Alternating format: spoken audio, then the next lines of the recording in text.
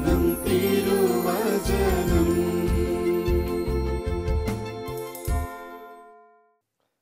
മിശിഹായിൽ സ്നേഹമുള്ള സഹോദരങ്ങളെ, വിശുദ്ധ ലൂക്കായുടെ സുവിശേഷം 14-ാം അധ്യായം 15-ാമത്തെ വാക്യത്തിൽ നാം ഇപ്രകാരം വായിക്കുക: അവനോടുകൂടെ ഭക്ഷണത്തിനിരുന്നവരിൽ ഒരുവൻ ഇത് കേട്ടിട്ട് അവനോട് പറഞ്ഞു, ദൈവരാജ്യത്തിൽ ഭക്ഷണത്തിനിരിക്കുന്നവൻ ഭാഗ്യവാൻ. സ്നേഹമുള്ളവരെ, ഈശോയുടെ കൂടെ ഭക്ഷണത്തിനിരുന്ന വ്യക്തികളിൽ ഒരാൾ ഈശോയോട് ആയിട്ട് പറയുകയും ദൈവരാജ്യത്തിൽ ഭക്ഷണത്തിനിരിക്കുന്നവൻ ഭാഗ്യവാൻ എന്ന്.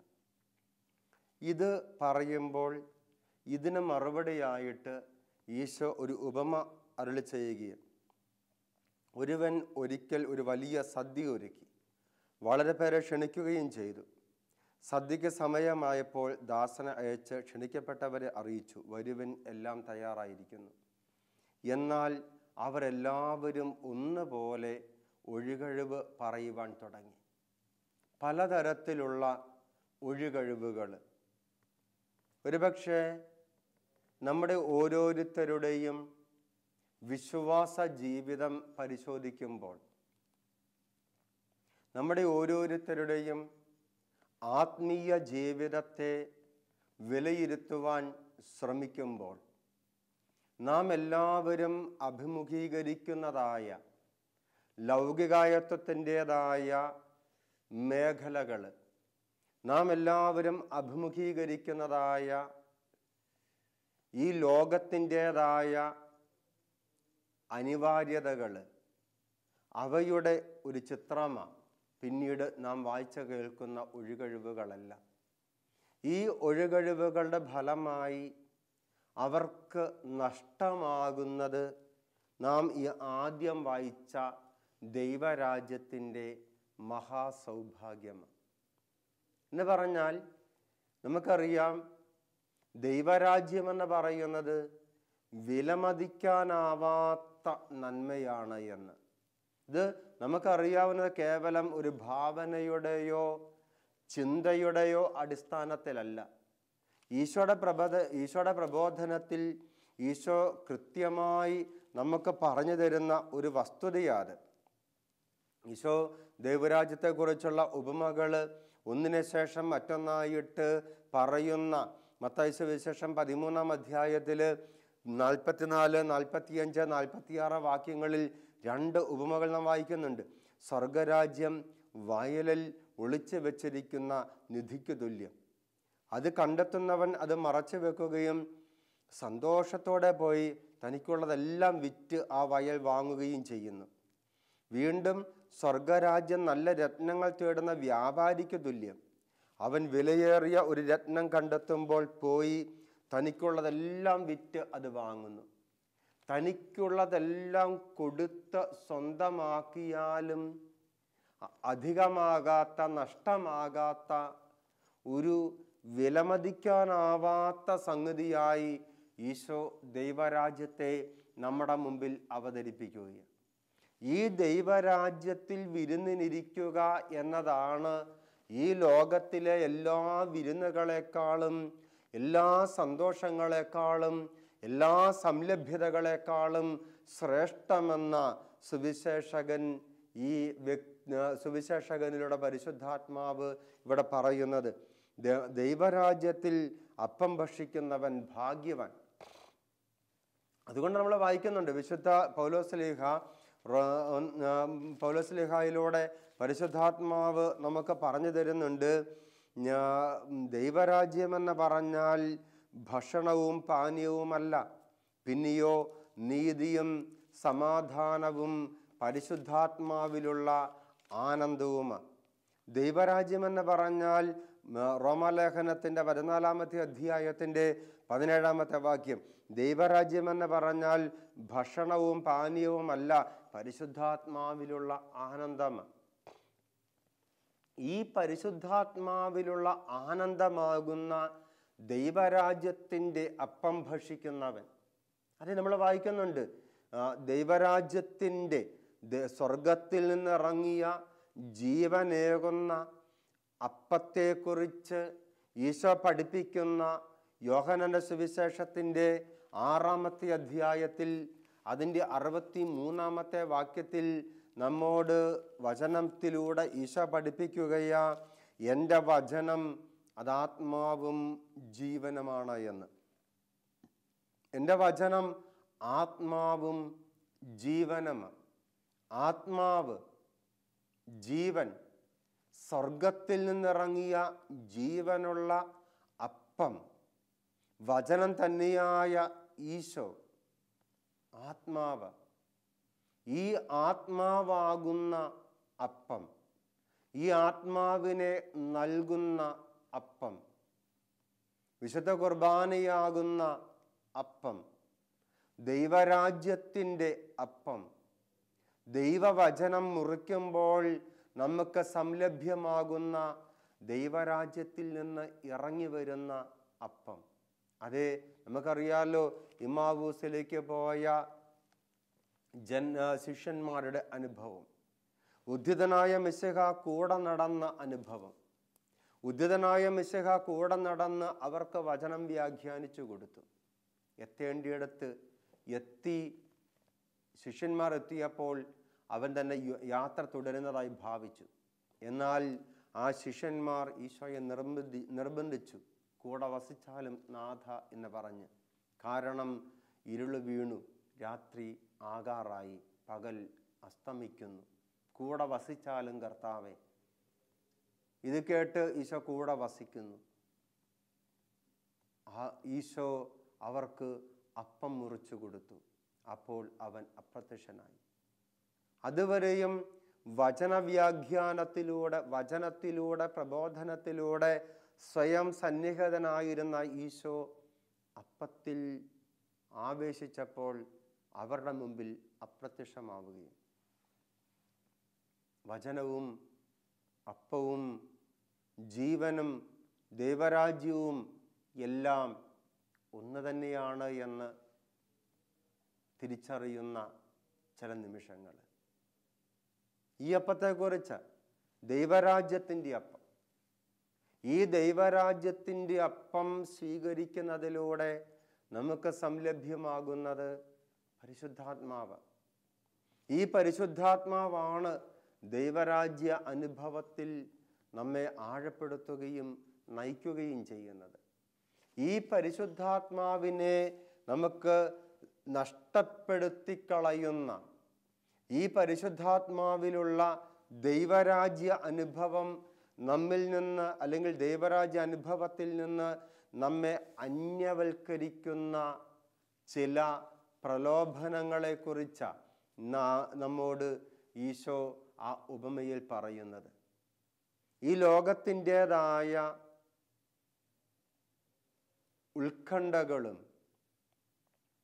ഈ ലോകത്തിൻ്റെതായ പര്യാകുലതകളും ഈ ലോകത്തിൻ്റെതായ സുഖലോലപതകളും ഒക്കെ കൂടി ഇന്ന് നമ്മുടെ മനസ്സിനെ മഥിക്കുമ്പോൾ, നമ്മുടെ ചിന്തകൾ വികലമാകുമ്പോൾ, നമ്മുടെ വിലയിരുത്തലുകൾ വഴിതെറ്റുമ്പോൾ നമുക്ക് അന്യമാകുന്നത് ദൈവരാജ്യം തന്നെയായ പരിശുദ്ധാത്മാവിലുള്ള ദൈവാനുഭവമാണ്. ഈ ദൈവരാജ്യം തന്നെയായ ദൈവാനുഭവത്തെ മറ്റെന്തിനേക്കാളും വിലമതിച്ചുകൊണ്ട് ആ ദൈവരാജ്യം തന്നെയായ പരിശുദ്ധാത്മാവിനെ, ദൈവാനുഭവത്തെ സ്വന്തമാക്കുവാൻ വേണ്ടി സ്വയം സമർപ്പിക്കുവാനുള്ള ഒരു വിളിയും ആഹ്വാനവുമൊക്കെ ഈശോ നമുക്ക് തരുകയും, നാം എന്തുമാത്രം ഈ ദൈവരാജ്യത്തിൻ്റെ ആഹ്വാനത്തോട് അനുസരണയുള്ളവരായി മാറുന്നുവോ അതിനനുസരിച്ചാണ് നമ്മുടെ ജീവിതത്തിൽ ദൈവകൃപകൾ നിറയുന്നത്. ലോകത്തിൻ്റെ വിളികളോട് നാം എന്തുമാത്രം അനുരൂപപ്പെടുകയും സമരസപ്പെടുകയും വിധേയപ്പെടുകയും ചെയ്യുന്നുവോ, ഈ ലോകത്തിൻ്റെതായ ലൗകികായത്വത്തിൻ്റെതായ വഴികളിൽ നാം ഇടറിപ്പോകുന്നുവോ പതറിപ്പോകുന്നുവോ അവിടെയെല്ലാം നമുക്ക് ആത്മീയമായ നഷ്ടങ്ങൾ സംഭവിക്കുകയും. അതാണ് നമ്മൾ മനസ്സിലാക്കുന്നത്. വിശുദ്ധ മത്തായിയുടെ സുവിശേഷത്തിൻ്റെ 21-ാമത്തെ അധ്യായത്തിൻ്റെ 34-35 വാക്യങ്ങളിൽ സുഖലോലപത, മദ്യാസക്തി, ജീവിത വ്യഗ്രത എന്നിവയാൽ മനസ്സ് ദുർബലമാകുമെന്ന് വചനത്തിലൂടെ ഈശോ നമുക്ക് പറഞ്ഞു തരികയാണ്. സുഖലോലപത, മദ്യാസക്തി, ജീവിത വ്യഗ്രത എന്നിവയാൽ നിങ്ങളുടെ മനസ്സ് ദുർബലമാവുകയും ആ ദിവസം ഒരു കെണി പോലെ നിങ്ങളുടെ മേൽ പെട്ടെന്ന് വന്ന് വീഴുകയും ചെയ്യാതിരിക്കാൻ ശ്രദ്ധിക്കുവിൻ, ജാഗരൂകരായിരിക്കുവിൻ എന്ന് പറഞ്ഞുകൊണ്ട് ആ വചനഭാഗം അവസാനിപ്പിക്കുന്നത് ഈശോ. ജാഗരൂകരായിരിക്കുവിൻ. 3 കാര്യങ്ങൾക്കെതിരെ: സുഖലോലപത, ഭക്ഷണാസക്തി, ജീവിത വ്യഗ്രത. ഈ 3 കാര്യങ്ങളാൽ നമ്മുടെ മനസ്സ് ദുർബലപ്പെടാൻ സാധ്യതയുണ്ട്. ഈ 3 കാര്യങ്ങളുടെ ഒരു പ്രായോഗിക ജീവിതത്തിലെ അനുഭവങ്ങളാണ് ആ ഉപമയിൽ ഈശോ നമ്മുടെ മുമ്പിൽ അവതരിപ്പിക്കുന്നത്. എന്താ പറയുന്നത്? ഞാൻ 5 ജോഡി കാളകളെ വാങ്ങി, ജീവിത വ്യഗ്രതയെ സംബന്ധിക്കുന്ന കാര്യമാണ്. വയൽ വാങ്ങി, കാളയെ വാങ്ങി, വയൽ വാങ്ങി, അങ്ങനെയൊക്കെയുള്ളതായ കാര്യങ്ങൾ.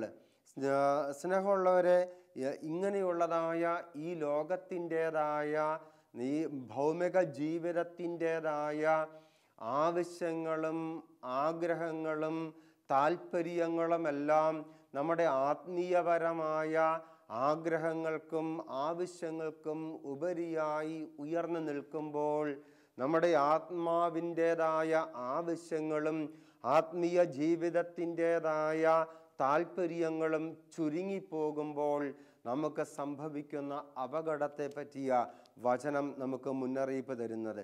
ആ ദിവസം ഒരു കെണി പോലെ പെട്ടെന്ന് നിങ്ങളുടെ മേൽ വന്ന് വീഴുകയും ചെയ്യാതിരിക്കാൻ ശ്രദ്ധിക്കുവിൻ. എന്നാൽ ഭൂമുഖത്ത് ജീവിക്കുന്ന എല്ലാവരുടെയും മേൽ അത് നിബന്ധിക്കും. സംഭവിക്കാനിരിക്കുന്ന ഇവയിൽ നിന്നെല്ലാം രക്ഷപ്പെട്ട് മനുഷ്യപുത്രൻ്റെ മുമ്പിൽ പ്രത്യക്ഷപ്പെടാൻ വേണ്ട കരുത്ത് ലഭിക്കാൻ സദാ പ്രാർത്ഥിച്ചുകൊണ്ട് ജാഗരൂകരായിരിക്കുക. സദാ പ്രാർത്ഥിച്ചുകൊണ്ട് ജാഗരൂകരായിരിക്കുക. സ്നേഹമുള്ളവരെ, നമ്മുടെ അനുദിന ജീവിതത്തിലെ ലൗകികായത്വത്തിൻ്റെതായ പ്രലോഭനങ്ങളോട് പ്രതിരോധിക്കുവാനുള്ള മാർഗമായിട്ട് ജാഗരൂകതയുടെ അവിഭാജ്യ ഘടകമായി നമ്മുടെ മുമ്പിൽ ഈശോ അവതരിപ്പിക്കുന്നത് പ്രാർത്ഥന എന്ന ആയുധത്തെ. കാരണം ഒരു വശത്ത് ആത്മീയ ജീവിതത്തിൻ്റെതായ ആഗ്രഹങ്ങൾ നമ്മിൽ എല്ലാവരിലുമുണ്ട്. അതുകൊണ്ടാണ് നാം ഇന്ന് ഈ വചന വിചിന്തനത്തിൻ്റെ ആരംഭത്തിൽ വായിച്ചു കേട്ട ആ വാക്യം, അവനോടുകൂടെ ഭക്ഷണത്തിനിരുന്നവരിൽ ഒരുവൻ ഇത് കേട്ടിട്ട് അവനോട് പറഞ്ഞു, ദൈവരാജ്യത്തിൽ അപ്പം ഭക്ഷിക്കുന്നവൻ ഭാഗ്യവാൻ. അതെ, എല്ലാ മനുഷ്യൻ്റെയും ആന്തരികതയിൽ ഈ ഒരു ത്വരയുണ്ട് അല്ലേ?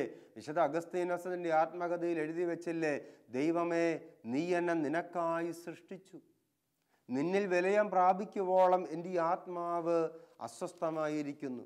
നമ്മൾ വായിക്കുന്നുണ്ട് വിശുദ്ധ യോഹന്നാന്റെ സുവിശേഷത്തിൽ, നമ്മൾ വായിക്കുന്നുണ്ട് പീലിപ്പോസിൻ്റെ അടുത്ത് വന്ന ഏതാനും ഗ്രീക്കുകാർ, വിജാതീയരായ ഗ്രീക്കുകാർ വന്നിട്ട് ചോദിക്കുകയാ, ഞങ്ങൾക്ക് ഈശോയെ കാണണമെന്ന് ആഗ്രഹമുണ്ട്. ഈശോയെ കാണണമെന്ന ആഗ്രഹം പ്രകടിപ്പിച്ചത് വിജാതീയരായ ഗ്രീക്കുകാർ. എന്ന് പറഞ്ഞാൽ എല്ലാവരുടെയും ആന്തരികതയിൽ ഈ ഒരു നിത്യതയെ സംബന്ധിക്കുന്ന അന്വേഷണമുണ്ട്. എല്ലാവരുടെയും ബോധമനസ്സിൽ അല്ലെങ്കിൽ പോലും ചിന്തയുടെ ബോധ്യത്തിൻ്റെ അന്വേഷണത്തിൻ്റെ ലോകത്തിൽ എത്രയൊക്കെ നിഷേധിച്ചാലും എത്രയൊക്കെ ഇല്ല എന്ന് പറഞ്ഞാലും ഈ നിത്യതയെ സംബന്ധിക്കുന്ന ഒരു ദാഹവും ഒരു ത്വരയും ഒരു അന്വേഷണവുമൊക്കെയുണ്ട്. ഈ നിത്യത, ദൈവികമായത്, ഈ ശരീരത്തിൻ്റെയും ലോകത്തിൻ്റെയും പരിമിതിക്കപ്പുറത്തേക്ക് നീണ്ടു നിൽക്കുന്നതായ ജീവിതത്തിൻ്റെ ഒരു ഭാഗധേയത്തെക്കുറിച്ചുള്ള അന്വേഷണവും ത്വരയും ദാഹവുമൊക്കെ എല്ലാ മനുഷ്യരിലുമുണ്ട് എല്ലാ മനുഷ്യരിലുമുണ്ട്. എന്നാൽ ഈ അതീന്ദ്രിയപരമായ ഇന്ദ്രിയങ്ങളുടെ പ്രകടമായ അനുഭവത്തിനും അറിവിനും ഗോചരമല്ലാത്ത, കൂടുതൽ ത്യാഗവും പരിശ്രമവും ആവശ്യമായിട്ടുള്ള ആ ഒരു അന്വേഷണത്തിൻ്റെയും കണ്ടെത്തലിൻ്റെയും സംതൃപ്തിക്ക് കാത്തു നിൽക്കാതെ കേവലം പരിമിതമായ നശ്വരമായ കൊച്ചു കൊച്ചു സന്തോഷങ്ങളിൽ നിവൃത്തി അടയുവാനുള്ള പ്രലോഭനമാണ് ഇന്ന് നാം ഒക്കെ അനുഭവിക്കുന്ന വലിയൊരു പ്രതിസന്ധി എന്ന് പറയുന്നത്. പരിശീലനവും പരിശ്രമവും അനിവാര്യമായിട്ടുള്ളതായ, ത്യാഗോജ്വലമായ സമർപ്പണം ആവശ്യപ്പെടുന്നതായ ഒരു സംതൃപ്തിക്ക് വേണ്ടി കാത്തു നിൽക്കാൻ സാധിക്കാതെ എളുപ്പം സംലഭ്യമാകുന്ന, തൊട്ടടുത്ത് കയ്യിൽ എത്തിപ്പിടിക്കാൻ പറ്റുന്ന ചില സംതൃപ്തികൾ കൊണ്ട് നാം തൃപ്തി അടയുകയും, പക്ഷേ ആ സംതൃപ്തിയൊക്കെ വളരെ നശ്വരമാണ് എന്ന വസ്തുത നാം ഓർക്കാതെ പോകുന്നു. ദൈവരാജ്യമെന്ന് പറയുന്ന നിലനിൽക്കുന്നതും കൂടുതൽ വലിപ്പവും ഔന്നത്യവും ശാശ്വതത്വവും ഒക്കെയുള്ളതായ ആ നന്മയ്ക്ക് വേണ്ടി ജീവിതത്തിൻ്റെ ചില നന്മകളെ സമർപ്പിക്കുവാൻ, അതുകൊണ്ട് കൂടുതൽ ശ്രേഷ്ഠമായതിന് വേണ്ടി ചില നന്മകൾ നൽകേണ്ടതായിട്ടുണ്ട്. തിന്മകൾ വേണ്ട എന്ന് വെച്ചാൽ ചീത്തയായിട്ടുള്ളതും അരുതാത്തതായിട്ടുള്ളതുമായ കാര്യങ്ങൾ വേണ്ട എന്ന് വെച്ചാൽ ലഭിക്കുന്ന സംതൃപ്തികളല്ല. അതിനപ്പുറത്ത് നിലനിൽക്കുന്ന യഥാർത്ഥമായ ശാശ്വതത്വമുള്ളതായ ദൈവരാജ്യത്തെ സംബന്ധിക്കുന്നതായ ആ നന്മകളെ സ്വന്തമാക്കാൻ, ആ ശ്രേഷ്ഠതകളെ സ്വന്തമാക്കാൻ ചില നന്മകൾ തന്നെ വിലയായി കൊടുക്കേണ്ടി വരും. അതിൽ തന്നെ തിന്മയല്ലാത്തതായ, ചീത്തയല്ലാത്തതായ കാര്യങ്ങളെ, സംഗതികളെ വിലയായി കൊടുക്കേണ്ടി വരും. ആ വില കൊടുക്കുവാനുള്ള സന്നദ്ധതയുണ്ടോ എന്ന ഈശോ നമ്മുടെ മുമ്പിൽ ഇന്ന് ഉന്നയിക്കുന്ന പ്രധാനപ്പെട്ട ഒരു ചോദ്യം. ഈശോയുടെ ദൈവരാജ്യത്തിൻ്റെ ഭാഗമായി മാറുവാൻ വേണ്ടി ചില നന്മകളെ പോലും നിനക്ക് അനുവദിച്ചിരിക്കുന്നതായ സാമാന്യ ധാർമ്മിക നിയമം അനുസരിച്ച് അനുവദനീയമായ ചില നന്മകളെ പോലും വേണ്ട എന്ന് വെക്കുവാൻ സാധിക്കുമോ എന്നാണ് ഈശോ ചോദിക്കുന്നത്.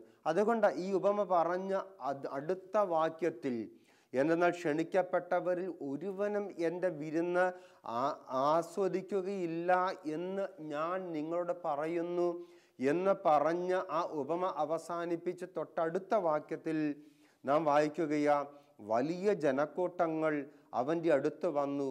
അവൻ തിരിഞ്ഞ് അവരോട് പറഞ്ഞു, സ്നേഹമുള്ളവരെ, ഈശോയുടെ വചനത്തിൻ്റെ, ഈശോയുടെ പ്രബോധനത്തിൻ്റെ, പ്രത്യേകിച്ച് ഈശോയുടെ ദൈവരാജ്യത്തെ സംബന്ധിക്കുന്ന പ്രബോധനങ്ങളുടെ ആന്തരിക ധ്വനി തിരിച്ചറിയാൻ സാധിക്കാതെ ആൾക്കൂട്ടം അവൻ്റെ ചുറ്റും ഒരുമിച്ച് കൂടുകയും പലപ്പോഴും അവൻ്റെ പ്രവർത്തികൾ മാത്രം കാണുകയും അവൻ പറയുന്ന വാക്കുകളുടെ മുഴക്കം മാത്രം കേൾക്കുകയും ആ വാക്കുകളിൽ അന്തർലീനമായിരിക്കുന്ന ആന്തരാർത്ഥത്തിൻ്റെ ധ്വനി അറിയാതെ ഈ ആരവങ്ങളുടെയും അത്ഭുതങ്ങളുടെയും അടയാളങ്ങളുടെയും ആഘോഷത്തിൽ അഭിരമിക്കുന്ന ഒരുപിടി ആൾക്കൂട്ടത്തെ നോക്കിക്കൊണ്ട് ഈശോ പറയുകയാ, സ്വന്തം പിതാവിനെയും മാതാവിനെയും ഭാര്യയെയും മക്കളെയും സഹോദരന്മാരെയും സഹോദരിയെയും എന്നല്ല, സ്വന്തം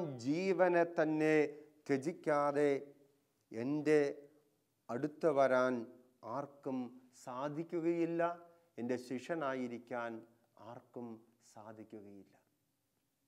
ഈശോയുടെ സുവിശേഷത്തിന് നയപ്രഖ്യാപനം, ഈശോയുടെ ദൈവരാജ്യത്തിന് നയപ്രഖ്യാപനം, ഈശോയുടേതാകണോ എന്നതിൻ്റെ നിയതമായ ഒരു വിവേചന മാനദണ്ഡമാണ്. ഈശോയുടെ ദൈവരാജ്യത്തിൻ്റെ ഭാഗമായി മാറണോ എന്നതിൻ്റെ തീരുമാനം ഇവിടെയും. നീ നിന്നെ തന്നെ വെറുക്കാതെ, അഥവാ നിന്റെ ഈ ലോക ജീവിതത്തിൻ്റെ മുമ്പിലുള്ള സാധ്യതകൾ, നിന്റെ ഈ ലോക ജീവിതത്തിൻ്റെതായ ഈ ലോകം നൽകുന്നതായ അംഗീകാരങ്ങൾ, ഔന്നത്യങ്ങൾ, സ്ഥാനമാനങ്ങൾ, സൽപ്പേരുകൾ, സമ്പത്തുകൾ, സുഖസൗകര്യങ്ങൾ, ഇതര മാനുഷിക യോഗ്യതകൾ, ഇതൊക്കെ നിനക്ക് അനുവദനീയമാണ്, ഇതൊക്കെ നിനക്ക് സാധ്യവുമാണ്. എന്നാൽ ഈശോ തന്നെയായ ദൈവരാജ്യത്തെ സ്വന്തമാക്കാൻ, ഈ ദൈവരാജ്യത്തിൻ്റെ അനുഭവമായ പരിശുദ്ധാത്മ അഭിഷേകം സ്വന്തമാക്കാൻ, ഈ ദൈവരാജ്യത്തിലെ വിരുന്നനുഭവമായ വിശുദ്ധ കുർബാനയിലെ ദൈവാനുഭവം സ്വന്തമാക്കാൻ, ദൈവരാജ്യത്തിൻ്റെ ഭാഗമായി മാറുവാൻ അനിവാര്യമായ ഒരു സമർപ്പണത്തിൻ്റെ വീരോചിതമായ ഭാവമാണ് ഈശോ നമ്മുടെ മുമ്പിൽ അസന്നിഗ്ധമായി വെളിപ്പെടുത്തുന്നത്. യാതൊരു വിട്ടുവീഴ്ചയുമില്ലാത്ത ഒരു സ്വയ അവതരണമാണ് അത്. സാദൃശ്യങ്ങളോ ഉപമകളോ സാധ്യമല്ലാത്ത തരത്തിൽ, മാനവ ചരിത്രത്തിൽ ആവർത്തനങ്ങളില്ലാത്ത ഒരു സ്വയം വെളിപ്പെടുത്തല ഈശോ നടത്തുന്നത്. ഇന്ന് വരെ, അതിനു മുമ്പോ അതിനു ശേഷമോ ഇതുപോലെ സംസാരിച്ച ഒരു വ്യക്തിയെ മാനവ ചരിത്രത്തിൽ നാം കണ്ടുമുട്ടുന്നില്ല. സ്നേഹമുള്ളവരെ, ഈശോ വ്യക്തമായിട്ട് പറയുകയാണ്, സ്വന്തം മാതാപിതാക്കളെ, സഹോദരങ്ങളെ എന്നല്ല, സ്വജീവനെ തന്നെ. പിന്നെ എന്താ അവശേഷിക്കുന്നത്? നിന്റെ ജീവനെ തന്നെ. സമ്പത്ത്, സ്ഥാനമാനങ്ങൾ, സൽപ്പേര്, സൗകര്യങ്ങൾ, സുഖസൗകര്യങ്ങൾ, ഈ ലോകത്തിൻ്റെതായ എല്ലാം, ഈ ലോകത്തിലേതായ എല്ലാം, ഈ ലോകത്തിൻ്റെതായതെല്ലാം നീ ഉപേക്ഷിക്കണം. നിന്റെ പ്രത്യാശ ദൈവത്തിൽ മാത്രമാകണം. നിന്റെ ജീവൻ, നിന്റെ നിലനിൽപ്പ്, നിന്റെ ആനന്ദം, നിന്റെ ആസ്വാദനം, നിന്റെ സമ്പത്ത്, നിന്റെ സുഖം എല്ലാം ദൈവം മാത്രം. ദൈവം മാത്രം. ദൈവത്തെ പ്രതി, ഈശോയെ പ്രതി മരിക്കേണ്ടി വന്നാൽ അത് നേട്ടം അല്ലേ? സ്ലീഹ പറയുന്നുണ്ട്, ജീവിതം ക്രിസ്തുവും മരണം നേട്ടവും. ഈശോയെ പ്രതി ജീവിക്കുന്നെങ്കിൽ ജീവിക്കുന്നു, ഈശോയ്ക്ക് വേണ്ടി മരിക്കുന്നുവെങ്കിൽ ആനന്ദത്തോടുകൂടി മരിക്കുന്നതായ അവസ്ഥ. അത്രമാത്രം ഈശോയോട് ഐക്യപ്പെട്ടിരിക്കുന്നതായ അവസ്ഥ. ഈശോ തന്നെയായ ആ ദൈവരാജ്യത്തിൻ്റെ അപ്പം ഭക്ഷിക്കുവാൻ വേണ്ടി, ആ ദൈവരാജ്യത്തെ സ്വന്തമാക്കുവാൻ വേണ്ടി, ആ ദൈവരാജ്യത്തിൻ്റെ ഭാഗമായി സ്വയം മാറുവാൻ വേണ്ടി സ്വയം സമർപ്പിക്കുന്ന ഒരു അനുഭവം. സ്നേഹമുള്ളവരെ, ഈ തരത്തിലുള്ളതായ ഒരു സമർപ്പണത്തിലൂടെ ഈ ലോകത്തിൽ തന്നെ സംലഭ്യമാകുന്ന ആന്തരികതയിലെ ആത്മീയമായ വിരുന്നിൻ്റെ അനിർവചനീയമായ അനുഭവമാണ് ഈശോയുടെ ശിഷ്യന്മാരുടെ ചരിത്രം എന്ന് പറയുന്നത്, ഈശോയുടെ രക്തസാക്ഷികളുടെ ചരിത്രം എന്ന് പറയുന്നത്. അതുകൊണ്ട് തിരുസഭയുടെ ചരിത്രം എന്ന് പറയുന്നത് ഈശോയോടുള്ള സ്നേഹത്തെ പ്രതി, ഈശോയോട് ഐക്യപ്പെടുവാൻ വേണ്ടി സ്വന്തം ജീവനെ പോലും വെറുത്ത് ദൈവത്തെ സ്നേഹിച്ച വിശുദ്ധാത്മാക്കളുടെ രക്തസാക്ഷികളുടെ ചരിത്രമാണ്. അങ്ങനെ ആ വിശുദ്ധരുടെ മാതൃക അനുകരിച്ച് ഈശോയോട് ഐക്യപ്പെട്ട് ദൈവരാജ്യത്തിൻ്റെ അപ്പം ഭക്ഷിക്കുന്ന ഒരു ദൈവമകനായി, ദൈവമകളായി മാറുവാനുള്ള കൃപയ്ക്ക് വേണ്ടി ഈശോയോട് പ്രാർത്ഥിക്കാം. ദൈവം നമ്മെ അനുഗ്രഹിക്കട്ടെ. ആമേൻ.